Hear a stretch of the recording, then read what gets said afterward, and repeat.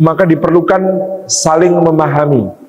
Ini ilmu, memahami bahwa laki-laki dan perempuan itu berbeda, cara berpikirnya berbeda, caranya memandang persoalan berbeda, caranya merumuskan solusi berbeda, caranya mempersepsi hubungan berbeda, caranya dalam menilai sudut pandangnya berbeda.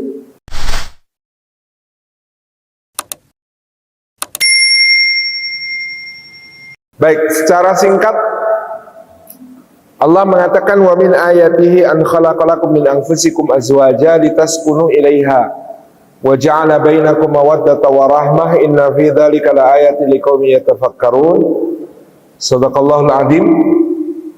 Maka jalan untuk menjadi sakinah mawaddah warahmah itu pertama sama dengan yang sebagian sudah kami sampaikan, meniatkan pernikahan untuk ibadah kepada Allah, kemudian mengupayakan ilmu untuk memahami pasangan kita. Kata litas kunu ilaiha, kata para ulama bermakna litas ta'ifu biha, supaya kamu bisa menjaga kesucian dirimu dengan kehadiran pasanganmu, walita atau fumaha, dan supaya kamu bisa membangun atifah, ikatan lahir batin dengan dia, walitamilu ilaiha, dan supaya kamu cenderung dalam hati dan perasaanmu kepada dia, walitatma'innu biha, dan supaya kamu itmi'nan, tentram hatimu karena dia, baik ketika berjumpa ataupun ketika berpisah, tentram saling menitipkan kepada Allah. Itu yang disebut sebagai sakinah. Maka sakinah ini kaitannya semuanya dengan mengisi pernikahan dalam nilai-nilai pengabdian kepada Allah dan kesetiaan karena Allah. Yang berikutnya, wa ja'ala bainakum mawaddatan. Dalam kaitan mawaddah, para ulama mensifatinya sebagai cinta yang bergelora, maka diperlukan saling memahami. Ini ilmu, memahami bahwa laki-laki dan perempuan itu berbeda, cara berpikirnya berbeda, caranya memandang persoalan berbeda, caranya merumuskan solusi berbeda, caranya mempersepsi hubungan berbeda, caranya dalam menilai sudut pandangnya berbeda. Nah, ini yang kemudian harus difahami untuk membangun harmoni. Misalnya cara berpikir. Kalau bapak-bapak itu cara berpikirnya kayak obat nyamuk muter ke dalam. Kalau ibu-ibu kayak obat nyamuk muter keluar. Maka kalau bapak-bapak itu fokusnya adalah tolong fokus dulu ya, jangan melebar kemana-mana. Kita fokus isu yang ini, sederhanakan masalahnya agar bisa segera rumuskan solusi. Itu kalau bapak-bapak rapat. Ibu-ibu yang ikut rapat protes karena cara berpikirnya obat nyamuk meter ke luar. Kata ibu-ibu apa? Jangan suka menyederhanakan masalah, Mas. Ini tuh semuanya penting loh. Semuanya ada hubungannya. Dengerin dulu ceritaku. Jadi berbeda.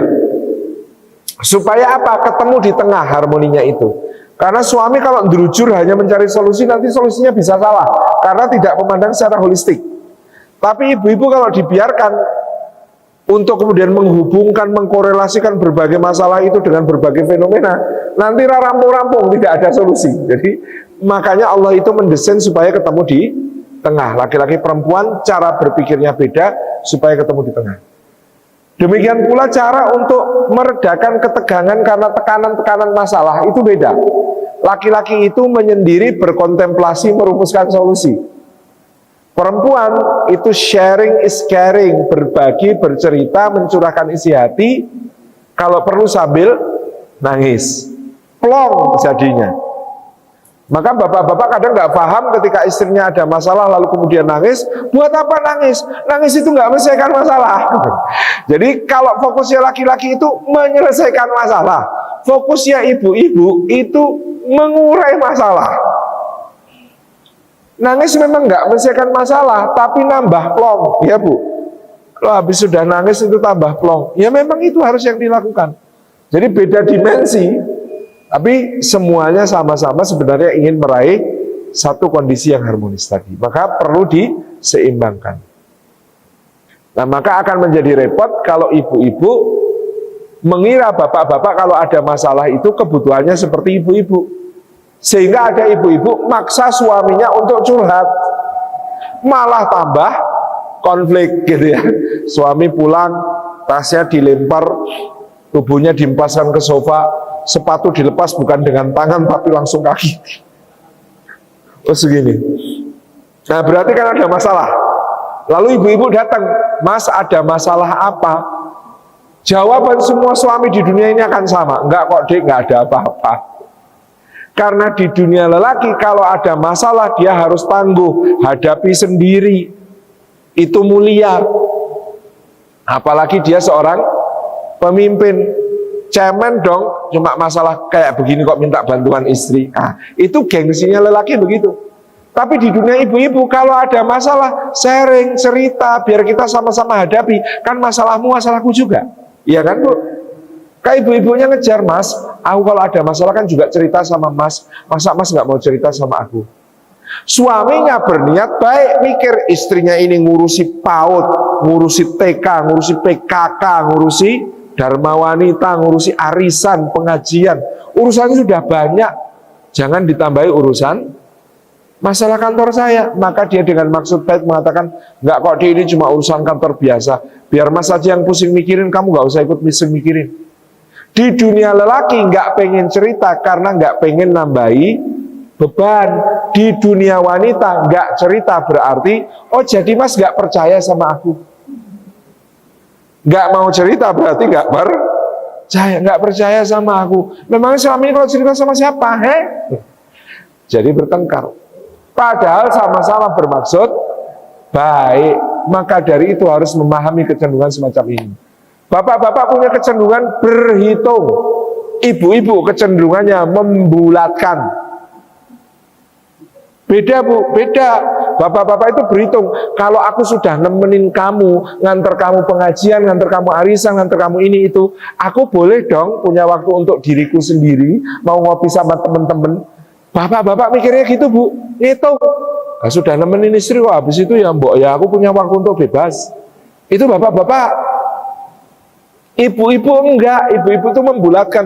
Loh kalau kamu memang mencintaiku ya kita harus bersama selamanya toh. Dalam hal salah juga begitu. Ustaz, istri saya itu kok enggak adil ya Ustaz? Kenapa enggak adilnya Mas?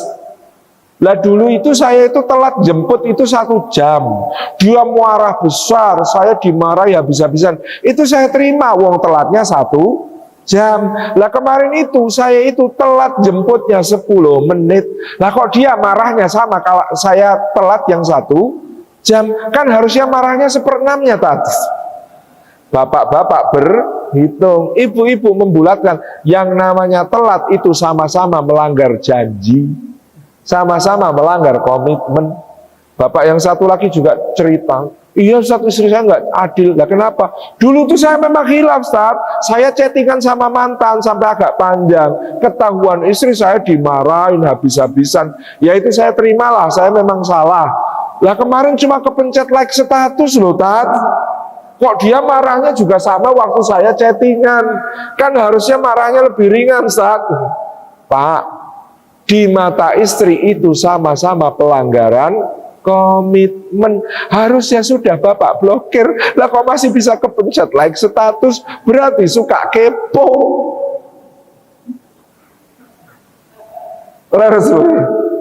Jadi Masya Allah, ini kan mengharmoniskan itu dengan ilmu, dengan memahami. Maka ibu-ibu kadang-kadang untuk memahami bapak-bapak, saya pengen dia tuh berubah Ustaz, tapi sampai sekarang belum berubah sama sekali. Suaminya padahal merasa sudah berubah sedikit. Nah karena bapak-bapak berhitung, ibu-ibu membulatkan, ibu-ibu kadang-kadang harus belajar untuk mengapresiasi perubahan suami meskipun baru sedikit. Contoh begitu. Itu cara kita untuk menyikapi perbedaan-perbedaan tadi. Kalau sudah seperti ini, insya Allah sampai kepada rahmah nanti lama-lama. Demikian pula dalam mendidik anak-anak istri, menjadi solih dan solihah, tentu dengan doa yang pertama, yang kedua dengan keteladanan gitu ya. Salah satu hal yang paling kuat asarnya itu adalah keteladanan. Yang berikutnya tentu dengan memilihkan lingkungan yang baik, termasuk pendidikan yang baik untuk anak-anak kita.